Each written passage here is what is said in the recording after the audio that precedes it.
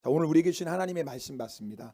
누가복음 2장 8절에서 14절 말씀인데요. 다 자리에서 일어서서 말씀 받겠습니다. 제가 말씀을 봉독합니다. 그 지역의 목자들이 밤에 밖에서 자기 양떼를 지키더니 주의 사자가 곁에 서고 주의 영광이 그들을 두루 비추매 크게 무서워하는지라.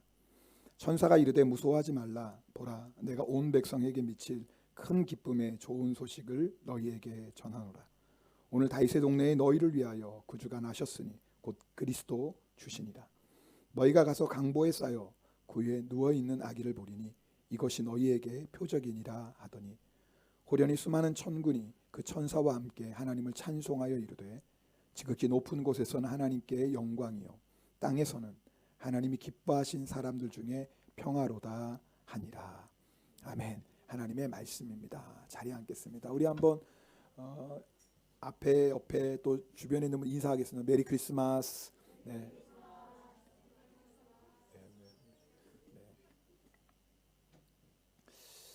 제가 오늘 설교를 준비하면서 설교 제목이 놀라운 초대인데요. 내 인생에 그런 초대가 있었나 한번 생각해 봤어요. 예를 들면 유명한 사람이라든지 또 힘이 있는 사람이라든지 그 자리에 초대받을 사람만 초대받는 자리에 정말 생각지도 못한 초대를 받은 적이 있었나. 아무리 생각해 봐도 없는 거예요. 네, 그런 특별한 초대를 받았던 게. 그래서 설교를 해야 되는데 그래서 생각하다가 간신히 찾아냈던 게 뭐냐면 제가 중등부 전도사 시절 때였습니다. 교회에서 외부 강사님 모시고 특별히 이제 외국에서 오신 강사님 모시고 부흥회를 했습니다. 부흥회를 하면은 왜 성도님 가운데 은혜 받으신 분이 식사 대접하잖아요. 근데 그렇게 식사 대접할 때는 이제 그 강사 목사님과 담임 목사님 두 분만 대접합니다. 부목사님들도 초대하지 않고 그렇게 식사 대접하는데요. 갑자기 제가 사무실에 앉아 있는데 전화가 온 거예요. 그래서 그 식사 자리에 오라는 거예요. 제가 얼마나 놀랐는지 미리 말씀해 주셨으면 좀 마음의 준비라도 했을 텐데 사무실에서 있는데 거기 강사 목사님하고 담임 목사님하고 있는 자리에 제가 초대받아 갔으니 얼마나 놀랬겠습니까? 아마 제 기억에는 가장 지금까지 가봤던 중에 가장 고급 레스토랑이었던 것 같아요. 강남에 있는 레스토랑이었는데 아마 최고로 좋은 요리가 나왔는데 입으로 들어갔는지 코로 들어갔는지 기억도 안 나고요. 입으로 먹었겠죠. 그러니까 살아있죠. 제가 오늘 이 말씀 드리는 이유는 우리 인생에도 아마 여러분도 돌아보시면 내가 어떻게 그 자리에 이렇게 초대받았을까. 아마 그런 꿈과 같은 초대를 받은 적이 아마 있을지도 모르겠어요. 사실 오늘 말씀이 그 말씀이거든요.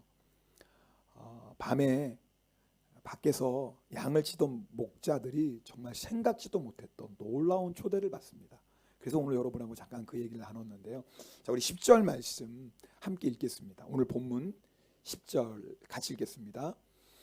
천사가 이르되 무서워하지 말라.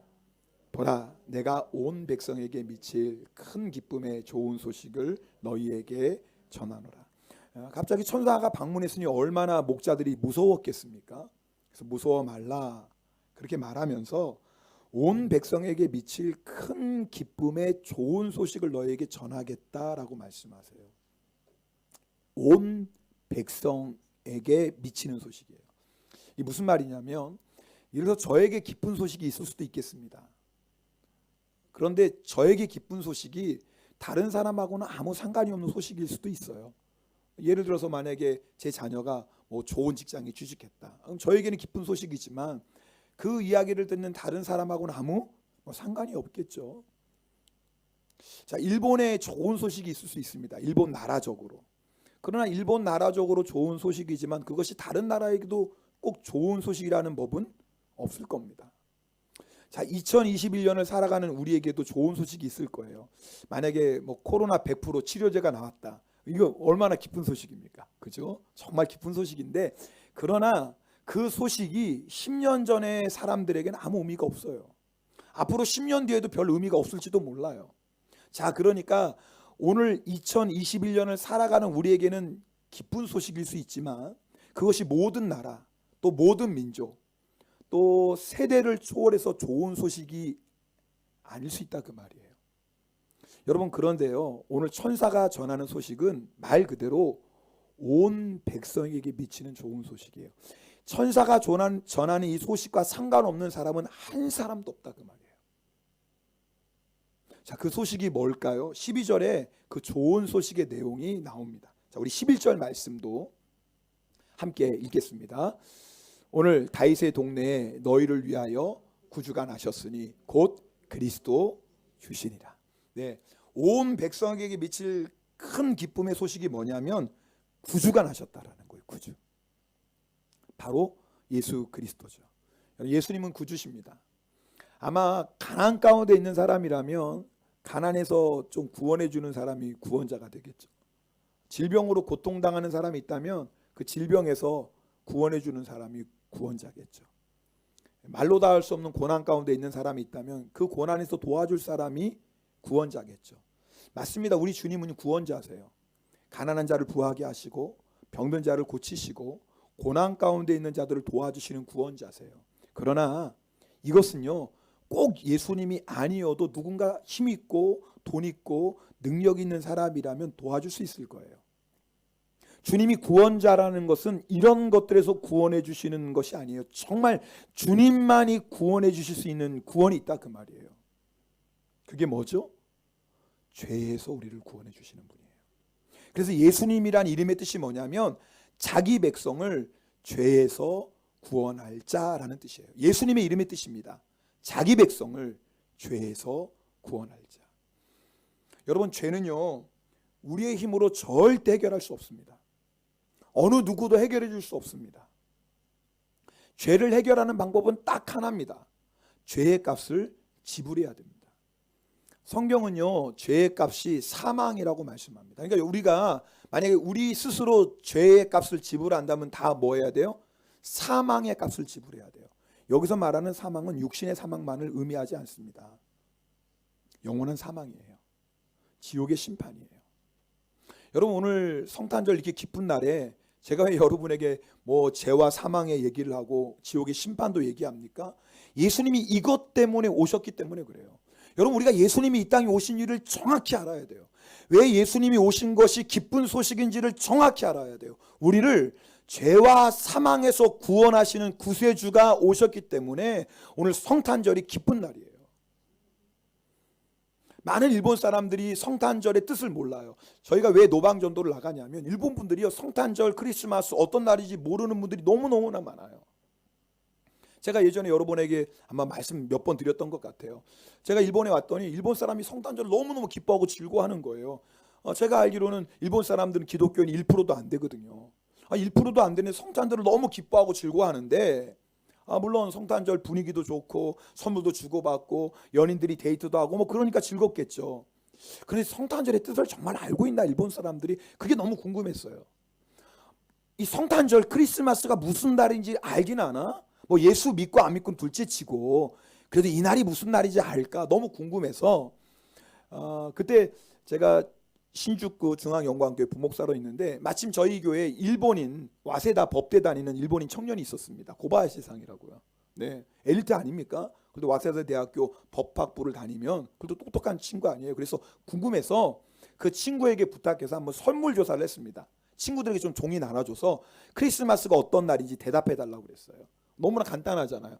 그리고 와세다 정도 다니는 학생이라면 뭐 100% 다 알겠죠. 그런 마음으로 그래도 좀 구읍에서 했더니 웬걸요?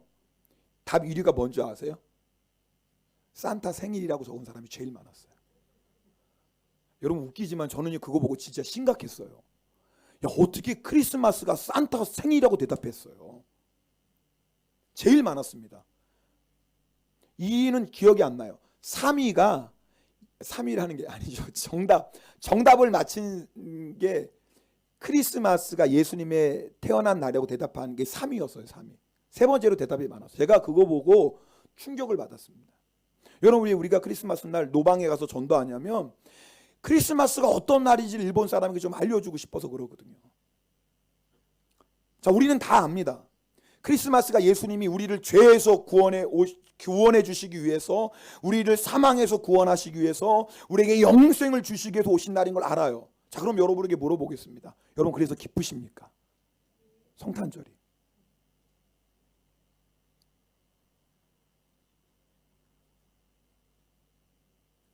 오늘이 왜 기쁘십니까?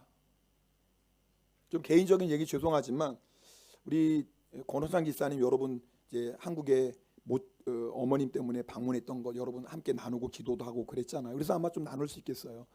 어머니가 위독하셔서 의식을 잃고 그래서 권호상 기사님이 한국에 가실 수밖에 없는 상황입니다. 근데 이제 집사님 마음 안에 제일 걱정은 어머니가 정말 구원의 확신이 분명할까. 여기 계실 때 이제 전화 드릴 때마다 교회 꼭 나가세요. 교회 꼭 나가세요. 그럼 알았어. 교회 나가지. 이렇게 말씀하셨어요. 근데 아마 이제 집사님 마음 안에 그게 제일 마음에 무거움 아니겠습니까? 네. 물론 어머니가 깨어나셔서 다시 건강을 회복하시는 것도 너무너무 감사하지만 가장 중요한 것 정말 예수님 분명히 믿고 구원의 확신 가지고 천국의 소망 가지고 있나 그거 아니겠습니까? 한국에 가시기 전에 기도했습니다. 집사님과 함께 하나님 그 어머니 불쌍히 여겨주셔서 의식 한 번만 좀 회복되게 해주시고 왜요? 그 의식 회복될 때 예수의 복음 전할 수 있도록 만에 하나 주님 모르고 돌아가시면 이거보다 큰일이 어디 있어요. 그래서 주님 한 번만 의식을 좀 회복시켜 주시고 그때 주의 복음 전하고 그리고 예수님 분명히 나의 주님이라고 고백하고 천국의 확신 가지고 하늘나라 가실 수 있도록 같이 기도했어요. 어제 이제 제가 권호사 집사님하고 통화했습니다. 이제 한국에서 오셔서 물론 어머니 소천하셨습니다.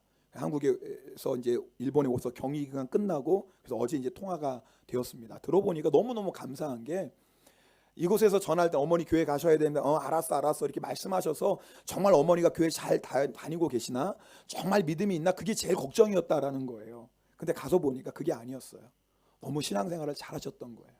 교회도 열심히 나가시고 그리고 올해 집사지문도 받으시고 그리고 병원에 입원하시기 전에는 새벽 기도도 나가셨대요. 그러니까 그 얘기 듣고 어머님은 깨어나지 못하셨습니다. 그래서 의식을 잃고 가셨는데 결국은 한 번도 깨어나지 못하고 소천하셨습니다.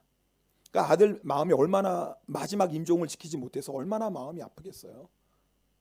그런데 한편으로 너무너무 감사한 거예요. 왜요? 예수 믿고 구원 받으셨으니까. 여러분 우리는요 죽음이 멀리 있다고 생각합니다.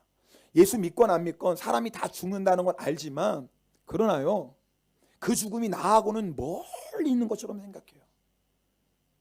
여러분 만약에 우리가요 이 세상에서 100년의 부귀영화를 누린다고 합시다. 뭐 그럴 사람 있겠습니까마는 100년의 부귀영화 무병장수를 누립니다. 그러나 비록 100년 동안의 무병장수 부귀영화를 누린다 할지라도 그 사람이 죽어서 지옥에 간다면 지옥의 영원한 심판을 받는다면 과연 그 인생이 복되다고 말할 수 있을까요?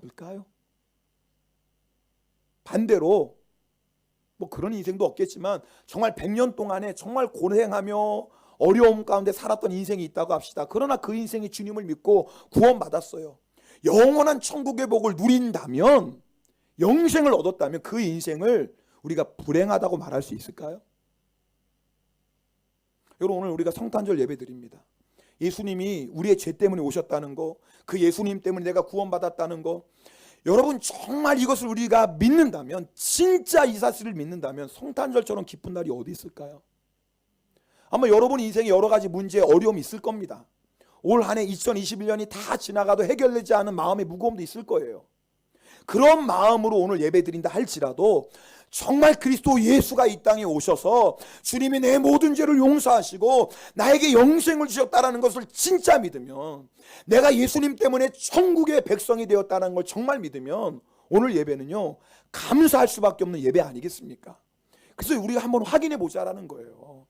오늘 성탄절 예배는 그냥 그렇게 드리는 예배가 아니라 정말 나를 위해 이 땅에 오신 구원자 예수 그리스도로 인하여서 내가 기쁨의 예배 드리고 있느냐, 정말 그 예수님 때문에 내 안에 놀라운 구원의 기쁨이 있느냐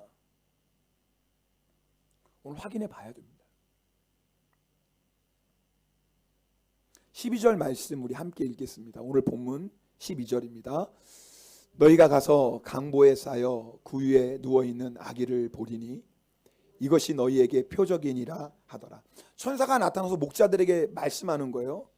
너희가 그 베들레헴에 가면 다윗의 동네는 베들레헴이거든요. 거기 구유에 누워있는 아기를 보리니 그분이 구세주라는 걸 전합니다. 이게 무슨 말이냐면 지금 천사가 하나님의 초대를 목자들에게 전하는 거예요. 여러분 그냥 얘기한 게 아니죠. 초대하는 거예요. 지금 하나님께서 천사를 보내셔서 목자들을 초대하시는 겁니다. 여러분 그 당시 목자들은요, 예수님 당시의 목자들은 가장 천한 직업 중에 하나였습니다. 제가 이번에 설교 준비할 주석집을 보니까요, 그 당시 세리나 창녀들, 물론 그 정도 수준은 아니지만 그만큼 사람들에게 소외받고 멸시받는 직업이었다라고 해요. 뭐 그랬겠죠. 밤에는 추위하고 싸워야 되고 낮에는 더위하고 무릅쓰고, 웬만큼 살만하면 누가 목자 하겠습니까? 그러다가 도둑이 또 양떼를 집어가면 자기가 또 갚아야 되고, 뭐 그러니 뭐 3D 업동 중에서도 가장 힘든 일이 목자였거든요. 그런데 왜 하나님께서 그 목자들에게 이 기쁨의 소식을 전하셨을까요? 지금 초대하는 거예요, 하나님이 목자들을. 여러분, 하나님은 우리를 초대하셨어요. 아마 오늘 예배 드리신 여러분들 다 하나님의 초대받고 오늘 이 자리에 나오셔서 예수님 영접하시고 구원 받으셨어요. 너무나 감사하죠. 이것처럼 놀라운 초대가 어디 있어요? 나 같은 죄인을 하나님이 초대해 주시고 내가 그 초대를 받을 수 있다는 거, 여러분 이게 축복입니다. 여러분 하나님이 그렇게 초대해도 아직도 얼마나 많은 사람들이 하나님의 초대를 거절합니까? 그죠? 우리가 그런 일본 땅에 살아가잖아요. 하나님이 일본의 민족을 사랑하셔서 일본 사람들을 초대하시는데도 일본 사람이 그 하나님의 초대를 받아들이지 않는 게 너무너무 안타까운 거예요. 그런데 우리는 이 하나님의 초대를 받아서, 그죠? 그리고 우리가 이렇게 하나님의 자녀가 되었으니 얼마나 감사한 일입니까? 여러분, 하나님께서 목자를 초대하신 이유가 뭐냐면요, 앞에서 말씀드리는 것처럼 목자는 가장 천한 계층의 사람들이었거든요. 진짜 온 백성에게 미칠 기쁨의 소식이라는 걸 알려주는 거예요. 만약에 헤롯 왕궁에 있는 그 당시에 최고의 권력자, 최고의 부귀영화를 누리고 있는 사람들을 하나님이 초청하셨다면 아마 목자들이 이렇게 생각했을 거예요. 하나님도 그러면 그렇지, 온 백성에게 미칠 큰 기쁨의 좋은 소식이라고 하지만 이왕이면 있는 사람이 좋고, 이왕이면 배운 사람이 좋고, 이왕이면 하나님도 힘 있는 사람이 좋으시겠지, 뭐 우리같이 천한 인생 하나님께서 관심 있겠어? 그러면 그렇지, 하나님의 말씀은 온 백성에게 미칠 큰 기쁨의 좋은 소식이라고 하지만 우리랑 상관없는 소식이지 라고 생각했을 거예요. 놀랍게도 누구를 초대하신 거예요? 목자. 가장 밑바닥 인생. 무슨 말이에요? 하나님은요, 어떤 사람도 초대하시는 거예요. 높은 자든 낮은 자든, 부한 자든 가난한 자든, 힘 있는 자든 힘 없는 자든. 왜요? 하나님은 모든 사람을 사랑하시고 모든 사람이 구원받기를 원하시거든요. 사실은요, 하나님이요, 목자들만 초대하신 게 아니에요. 누가복음에 보면 천사를 통해서 목자 가장 낮은 인생을 초대하셨지만, 마태복음을 보면요, 동방박사를 통해서요 가장 높은 사람들도 초대하셨어요. 여러분 아시죠? 동방박사가 별을 보고, 메시아의 벌을 보고, 유대에서 왕이 태어날 것을 보고, 이 왕은 대단한 왕이거든요. 그래서 뭐요? 예루살렘까지 옵니다. 아마 유대인의 왕이니까 예루살렘의 수도에서 태어날 거라고 생각했죠. 헤롯 왕이 깜짝 놀랍니다. 내가 왕인데 또 누가 왕이 태어나? 그래서 대제사장들과 서기관을 불러서 묻습니다. 그랬더니요, 뭐 1초도 주저함 없이 제사장과 서기관이 대답합니다. 이르되 유대 베들레헴이오니 이는 선지자로 이렇게 기록된 바, 또 유대 땅 베들레헴아 너는 유대의 고을 중에서 가장 작지 아니하도다. 내게서 한 다스리는 자가 나와서 내 백성 이스라엘의 목자가 되리라 하였음이니라. 이 말씀 암송하고 있는 말씀이에요. 너무 중요한 말씀이거든요. 왜요? 메시아를 예언한 말씀이에요. 그러니까 찾아보지도 필요도 없어요. 헤롯 왕이 유대인의 왕이 태어났다고 하는데 도대체 어디서 왕이 태어나냐 물어봤더니 왕이요, 유대 땅 베들레헴입니다. 정확하게 어디서 태어나는지를 대답합니다. 그런데요, 놀라운 건요, 하나님께서 동방박사들을 통해서 헤롯 왕궁 그 대제사장과 서기관들을 초대하셨는데 한 사람도 안 가요, 베들레헴에. 목자들은요, 그 소식을 듣고 양떼를 남겨놔요. 밤에 도둑이 와서 가져가면 어떻게 해요? 이리가 와서 잡아가면 어떻게 해요? 큰일 난 일인데, 목자들은 말입니다, 그 하나님의 초대를 받자마자 달려가요, 베들레헴으로. 그런데요, 그 왕국에서 동방박사를 통해서 하나님의 초대를 받은 헤롯 왕뿐만 아니라 그 권력자들, 심지어는 제사장들과 서기관들 한 사람도 그곳으로 안 가요. 한 사람도. 하나님의 초대를 거절합니다. 하나님의 말씀을 믿지 않았죠. 알고는 있어요. 암송까지 했어요. 줄줄 외웠어요. 그런데 믿지 않았죠. 어쩌면 그리스도가 필요하지 않았을지도 모르겠어요. 왜? 내가 왕인데? 내가 왕인데 무슨 구주가 필요해? 내가 왕인데. 내가 대제사장이고 내가 서기관인데 내가 왜 구주가 필요해? 내가 이런 부귀영화를 누리고 이런 권세를 가지고 있는데 내가 무슨 구주가 필요해? 나는 죄인이 아닌데, 나는 의로운 사람인데 내가 무슨 구주가 필요해? 여러분, 하나님이요, 모든 사람을 사랑하셔서 초대하셔도요, 교만한 사람은 하나님의 초대를 받지 않습니다. 자신이 죄인임을 인정하지 않는 사람 하나님의 초대를 거절합니다. 나의 힘, 나의 지혜, 나의 능력, 내가 가지고 있는 것으로도 얼마든지 잘 살 수 있다고 생각하는 사람은 하나님의 초대를 거절합니다. 그렇다면요, 차라리 목자가 나아요. 그렇지 않나요? 내가 가지고 있는 것이 많고 누리고 있는 것이 많아서 그것들이 나의 눈을 확 가려서 내 죄를 보지 못하게 한다면, 그래서 나는 구주 필요 없어 라고 한다면 차라리요, 천한 사람일지 모르겠지만 목자가 나요. 그런 것들, 내가 가지고 누리고 있는 것들이 나를 교만하게 해서 하나님의 초대를 거절한다면, 그래서 죄와 영원한 심판에서 구원하시는 구주 예수 그리스도를 거절한다면 목자가 낫지 않습니까? 차라리 목자가 낫지 않습니까? 여러분, 제가 오늘 이 말씀 왜 드려요? 이건요, 예수님 모르는 사람들만의 얘기가 아닙니다. 우리는 다 하나님의 초대를 받고 예수님을 구세주로 영접한 사람들입니다. 그러나 한번 잘 점검해 보셔야 돼요.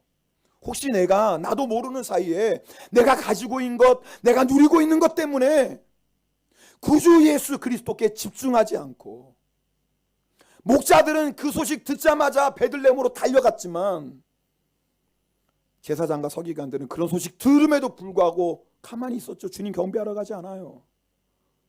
어쩌면 주님, 내 마음이 이런 건 아닙니까? 내가 입술로는 주님이라고 고백하지만 마치 구주 예수 그리스도 필요 없는 사람처럼 어느새 나도 모르게 주님 아닌 다른 것을 더 사랑하고, 나도 모르게 주님 아닌 다른 것을 더 의지하고, 나도 모르게 주님 아닌 다른 것을 더 갈망하고 있다면 우리가 대제사장 아닐까요? 우리가 서기관 아닐까요? 구주 예수 기쁜 소식 들어도, 성탄의 소식 들어도 기쁘지 않아요. 주님 오신 거 다 알지 뭐. 내 죄 때문에 오신 거 알지 뭐. 나 예수 믿고 구원 받았지 뭐. 여러분, 우리가 어떻게 성탄절을 그렇게 보낼 수 있겠습니까? 여러분, 오늘 우리가 들어야 될 말씀이에요. 만약 우리가 오늘 성탄절 예배 드릴 때 정말 우리 안에 구원의 기쁨과 감격이 있는지 확인해 보시고, 만약에 내가 정말 이 나를 위해서, 나를 죄와 사망에서 구원하시기 위해서는 예수 그리스도 때문에 기쁨이 없다면, 그럼 이거 지금 우리가 영적으로요, 뭔가 문제가 있는 거예요. 영의 눈이 지금 가려져 있어요. 세상이 너무 크게 보이고요, 천국은 보이지 않아요. 사람은 너무 크게 보이는데 주님은 보이지 않아요. 왜? 그런 찬송이 있잖아요. 세상과 나는 간 곳 없고 구속한 주만 보이도다. 근데 주님은 안 보이고 세상하고 나만 보여요. 그냥. 그것이 바로 제사장과 서기관들, 하나님의 말씀은 달달 외우고 유대 베들레헴에서 태어나죠 말은 했지만 한 사람도 베들레헴에 가지 않은, 어쩌면 지금 우리의 신앙이 그런 모습이지 않을까.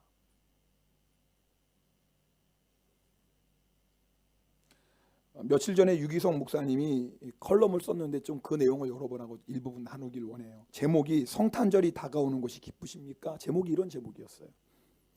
성탄절이 다가옵니다. 2000년 전 유대 땅 베들레헴 들판에서 밤을 새던 목자들에게 나타난 천사들이 예수님의 탄생 소식을 전하면서 온 백성에게 미칠 큰 기쁨의 좋은 소식이라고 했습니다. 그렇다면 우리는 스스로에게 질문해 보아야 합니다. 성탄절이 다가오는 것이 기쁜가? 성탄절이 다가오는 것을 알면서 기쁘지 않은 그리스도인들이 많습니다.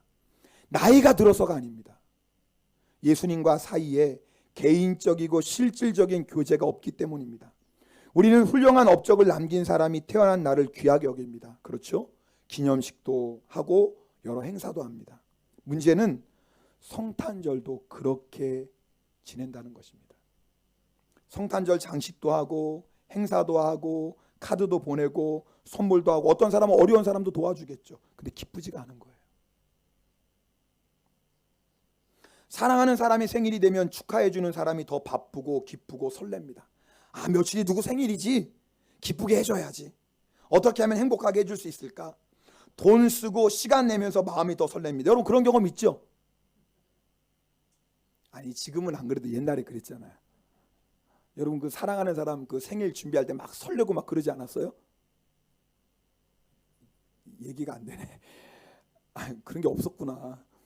아니 왜 옛날 한번 생각해 보셔도 내가 좋아하는 짝사랑하는 그분 그 생일 선물 준비할 때 막 설레고 막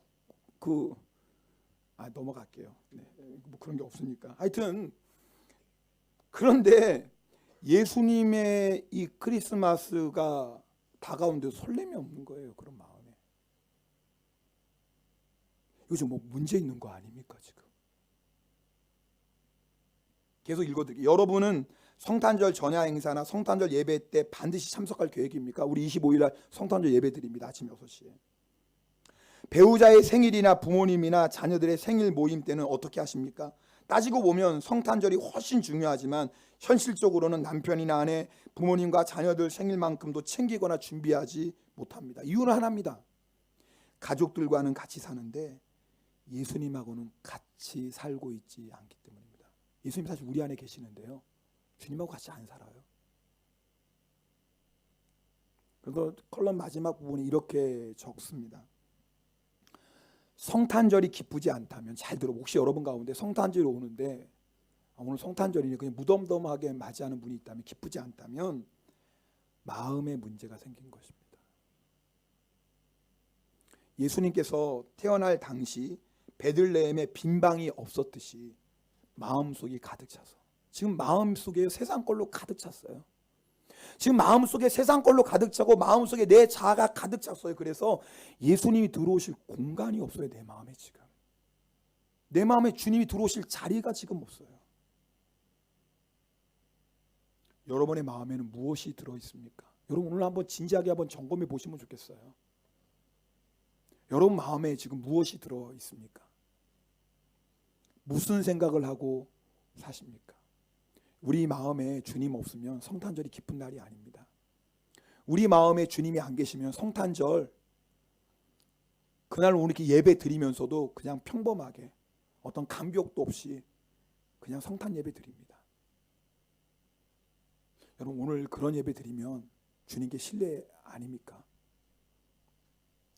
만약에 우리가 그런 마음으로 오늘 예배를 드린다면, 하나님 우리를 너무나 사랑해서 독생자 예수 그리스도를 보내주셨는데 그 하나님께 그런 마음으로 예배 드린다면, 예수님 우리를 사랑해서 생명 주시러 이 땅에 오셨는데 우리는 그 예수님께 무덤덤하게 예배 드린다면, 지금 우리의 예배 뭔가 지금 문제 있는 거 아닌가요? 오늘 확인해 보시자 그 말이에요. 정말 내 안에 예수님 계셔서 나의 구원자 예수님 때문에 정말 충만한 감사와 기쁨으로 오늘 예배를 드리고 있는지 여러분 꼭 점검해 보시고, 만에 하나 혹시 오늘 예배 드리기 전까지는 우리 마음에 세상이 가득 차서, 세상 것들로 가득 차서 내 안에 주님 들어오실 공간이 없었다면요, 오늘 예배 드릴 때는 내 안에 있는 모든 것 좀 다 내려놓으시면 좋겠습니다. 내 안에 있는 것 다 내려놓고 누구에게 집중하는 거예요? 좀 주님께 집중하시면 좋겠습니다. 정말 내 마음에 있는 것 다 내려놓고 주님을 우리 마음에 영접하시면 좋겠습니다. 우리 14절 말씀 함께 읽겠습니다. 14절입니다. 지극히 14절 같이 읽습니다. 지극히 높은 곳에서는 하나님께 영광이요 땅에서는 하나님이 기뻐하신 사람들 중에 평화로나 하니라. 여러분 구주 예수님을 마음에 영접한 사람 먼저 기쁨으로 확인해 보자 그랬습니다. 기쁨입니다. 두 번째는요, 오늘 보니까 하나님께는 영광이에요. 이게 무슨 말이냐면 우리가 죄인이었잖아요. 하나님이 너무너무 사랑하시는 우리가 결국 죄인이기 때문에 사망의 심판을 받을 수밖에 없는 게 하나님의 가장 큰 슬픔이고 아픔이거든요. 근데 예수님께서 이 땅에 오시고 예수님을 영접하는 자마다 죄 용서받고 영생을 얻었으니 이것이 하나님의 최고의 기쁨이거든요. 우리가 그래서 전도주의를 하는 거 아닙니까? 그래서 하나님께 영광 올려드리는 거예요. 예수님을 믿으면 하나님께 영광이 돼요. 자, 그 다음에 뭐예요? 평화입니다. 자, 그러니까 오늘 말씀을 들으면서 정말 내 안에 예수님이 왕으로 자정하고 계신다면 우리가 두 가지를 반드시 확인할 수 있는 거예요. 내 마음에 뭐가 있어요? 기쁨이 있고요. 두 번째, 내 마음에 뭐가 있죠? 평화가 있어요. 성경이 말하는 평화는요, 관계입니다. 관계. 그래서 예수님을 영접하면 하나님과 나와의 사이에 평화가 임합니다. 네, 이건 뭐 여러분도 다 아시겠죠. 죄를 용서받고 하나님의 자녀가 되었으니 하나님과 평화합니다. 두 번째, 내 자신과 평화합니다. 이게 어려운 말은 아니죠. 왜요? 분명히 난데 내 안에 또 다른 내가 있잖아요. 그래서 내가 사랑하고 싶은데 한편으로는 사랑하기 싫은 내가 있어요. 내가 용서하고 싶은데 한편은 절대 용서할 수 없어 소리치는 내가 있어요. 나는 겸손하게 섬기고 싶은데 또 한편은 내가 왜 섬겨야 돼? 나를 내세우고 나를 자랑하고 싶은 내가 있어요. 걱정하고 염려하고 두려워하는 거 다 내어버리고 싶은데 한편으로는 여전히 걱정하고 염려하고 두려워하는 내가 있어요. 참 이상하죠. 그것이 우리예요. 왜? 연약하니까요. 그런데요, 예수 그리스도를 마음에 영접한다는 건 우리가요, 존재가 바뀌는 거예요. 여러분, 연약한 존재는요, 우리는요, 내가 열심히 노력한다고 애쓴다고 내가 존재가 바뀌는 게 아니에요. 우리의 힘으로는 절대 연약한 존재가 바뀔 수 없어요. 우리가 바뀌는 방법은 딱 하나예요. 예수 그리스도가 내 안에 오셔서 나의 주인이 되시는 거예요. 주님이 나의 주인이 되시는 순간 어떤 역사가 일어나면 주님이 우리 안에서 역사하기 시작해요. 그래서 뭐예요? 사랑하게 하시고 용서하게 하시고 겸손하게 하시고 모든 걱정과 염려와 두려움에서 우리를 자유케 해요. 그럴 때 우리 안에 뭐가 임하죠? 평화가 임해요. 여러분 아시잖아요. 주님 주신 평화 경험해 보셨잖아요. 그 세상이 절대 줄 수 없는 평화였잖아요. 세상의 평화는요, 바람 앞에 촛불 같잖아요. 좀 평안한 것 같지만요, 무슨 일이 조그만 일만 일어나도 막 간당간당 흔들리다가 확 꺼져 버리잖아요. 이게 세상의 평화거든요. 근데 주님이 주시는 평화는 뭐예요? 폭풍 가운데서도 꺼지지 않는 평화예요. 참 이거 정말 여러분도 경험하셨을 거예요. 세상 사람 눈으로 보면 걱정하고 염려하고 두려워할 수밖에 없는 상황인데 놀랍죠. 내 마음에 뭐가 있는 거예요? 평화가 있어요. 누가 주시는 평화? 주님이 주시는 평화. 심지어는 이 평화가 얼마나 놀라운 평안인지 죽음 앞에서도 두렵지가 않아요. 어떻게 사람이 죽음 앞에서도 두렵지 않습니까? 왜요? 예수 그리스도 내 마음에 왕으로 자정하셔서 이 놀라운 평화가 있습니다. 오늘 확인해 보시는 거예요. 정말 우리가 성탄의 구주 예수 그리스도를 나의 주님으로 영접했다면, 정말 지금도 주님이 내 안에 왕으로 자정하신다면 우리 안에 기쁨이 넘치고 우리 안에 평안이 넘쳐요. 또한 이 평화는요, 사람과의 평화입니다. 여러분, 내 안에 주님의 평화가 있는 사람은요, 그 다음에 다른 사람과 평화합니다. 예수님의 평화는요, 십자가를 통해서 이루어져요. 자, 무슨 말이냐면요, 여러분, 우리가 예수님을 마음에 영접하면 우리 안에 평화가 임합니다.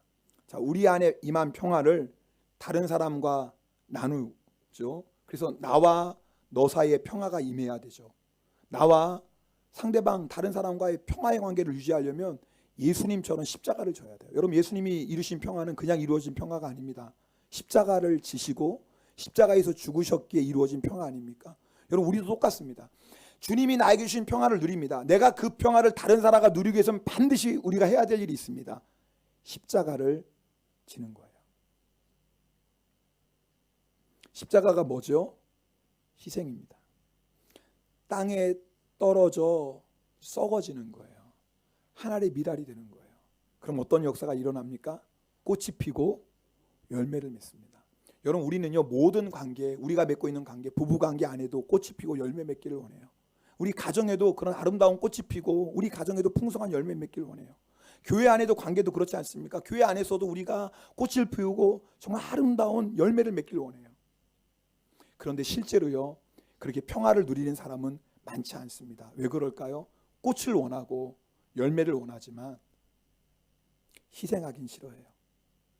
십자가 지고 죽는 건 싫어요. 그래서요, 많은 성도들이 평화를 원하지만 평화를 누리지 못하는 이유, 심지어는 사랑하는 부부 사이에조차도 평화를 누리지 못하는 이유는 십자가를 지지 않아서 그래요. 그러나 여러분, 걱정할 건 없어요. 십자가 우리 힘으로 지는 거 아니에요. 여러분, 우리가 성탄의 예수님을 내 안에 모시잖아요. 주님이 너무 좋거든요. 아니, 한 번 더 생각해 보세요. 주님 너무 좋잖아요. 제가 어제 토요일 날 아침에 일어나서 이제 기도 시간 먼저 갔습니다. 우리 강 목사님 새벽 기도 인도해 주시고 저는 토요일 날 좀 여유 있게 일어나는데, 요즘은 찬양을 통해서 그렇게 은혜를 주세요. 근데 이제 기도를 딱 시작하는데 찬송가 303장 찬송을 주시는 거예요, 주님이. 뭐 제가 오늘 무슨 찬송할까 그런 게 아니라 주의 성령께서 303장을 찬송하게 하는 거예요. 여러분 아실 거예요. 그죠? 어떤 찬송이에요? 날 위하여 십자가에 중한 고통 받으사 대신 죽은 주 예수의 사랑하신 은혜요. 근데 마음이 너무너무 뜨거운 거예요. 제가요, 너무너무 좋은 거예요. 날 위하여 십자가에 중한 고통 받으사. 이 구절을 부르는데요, 막 가슴이 뜨거워지는 거예요. 너무너무 좋은 거예요. 날 위하여 십자가에 중한 고통 받으사 대신 죽은, 주님이 나를 위해 대신 죽으신 거예요. 대신 죽은 주 예수의 은혜요. 보배로운 피를 흘려 영영 죽을 죄에서 구속함을 받은 우리 어찌 찬양 안 할까? 그런데요, 제 마음이 너무너무 뜨겁고 막 감격이 되는 거예요. 영영 죽을 내 죄에서 주님이 나를 위해 대신 죽으시고 십자가 지셨으니, 어제 이 찬송을 부르는데 구절구절이 제 마음이 얼마나 감사한지요. 성탄절이 너무 기쁜 날인 거예요. 왜? 주님이 나를 위해서 대신 죽으시고 영생을 주셨는데. 이 기쁨이냐 확인해 보자고요. 오늘 3절 가사 여러분 잘 아시죠? 이 세상에 모진 풍파 쉬지 않고 불어도, 그럼 뭐 해야 돼요? 불평 원망해야 되잖아요. 주님 왜 이렇게 풍파가 많습니까? 주님 왜 이렇게 이 풍파 저 풍파, 도대체 왜 이렇게 인생에 풍파가 많습니까? 주님 힘들어서 도대체 저는 못 살겠습니다. 이게 정상 아닙니까? 풍파 많으면. 근데 그 다음에 가사가 뭔지 아세요? 주님 안에 보호받는 우리 마음 뭐하다고요? 편하다. 이 말이 안 되는 거 아니에요 지금? 막 풍파가 몰려오면 불평 원망 나와야 되는데 이상해요. 내 마음에 지금 뭐가 있어요? 평화가 있어요. 평화가. 왜요? 주님 안에 있어서. 주님 안에 있어서. 여러분 오늘 그 평화가 있습니까? 첫 번째, 영영 죽을 죄에서 나를 구원하신 그 예수 그리스도로 인한 내 마음의 기쁨. 내 마음의 기쁨. 천국 백성 된 이 영생의 기쁨. 또 하나, 모진 풍파 몰지만 그 풍랑 안에도 내 마음의 평화. 내 마음의 평화. 내 마음의 평화. 이 평화 때문에 십자가 지는 겁니다. 내가 지는 게 아니에요. 주님의 은혜가 너무너무 고맙고 주님의 은혜가 너무너무 놀라워요. 그 은혜 때문에 십자가 져요. 근데 참 십자가가 이상하죠. 옆에서 볼 때는 너무 무거워서 절대 못 질 것 같아요. 그 십자가. 근데 막상 져보면 가벼워요. 왜요? 주님이 지셔요. 주님이 함께 해주세요. 내 짐은 쉽고라고 말씀하세요. 지기 전에는 저 십자가 어떻게 져? 너무 힘들고 무거워 죽을 것 같은데 막상 주님이 주시는 놀라운 그 십자가의 은혜와 감격과 사랑 안에서 십자가를 지면 놀라운 걸 경험해요. 십자가가 무겁지가 않아요. 그거 지면 죽을 줄 알았는데 웬걸요? 십자가 지는 내 안에 주님의 더 놀라운 평화가 막 넘쳐나기 시작해요. 그래서요, 십자가 지는 나를 통해서 너와 나 사이에 평화가 임하고, 십자가 지는 나를 통해서 우리 가정에 평화가 임하고, 십자가 지는 나를 통해서 우리 교회 안에 평화가 임하고, 십자가 진 내가 가는 곳곳마다 하나님의 평화가 임하고, 이것이 크리스마스의 축복이에요. 오늘 여러분 정말 우리가 너무나 잘 아는 크리스마스지만 정말 예수 그리스도 내 안에 왕으로 계신가? 혹시 여러분 안에 이 기쁨도 이 성탄의 평화도 없다면 그러면 다른 것으로 너무 가득 차서 그래요. 지금 세상 것으로 내 자아로 너무 가득 찼어요. 예수님이 지금 들어올 자리가 없어요. 오늘 이 시간에 다 내어버리고 오직 예수님만 내 안에 모시고, 그래서 정말 성탄의 기쁨과 평강을 누리시기를 주님의 이름으로 축복합니다. 우리 하나님이 세상을 이 찬송 같이 부르겠습니다. 성탄절인데 이 찬송 부르고 싶은 이유 여러분 잘 아시죠? 정말 이 가사 한 절 한 절이 너무나 귀한 가사 아니에요? 우리에게 영생을 주시는 예수 그리스도, 우리 정말 주님 바라보면서 우리 이 찬송 함께 드리도록 하겠습니다.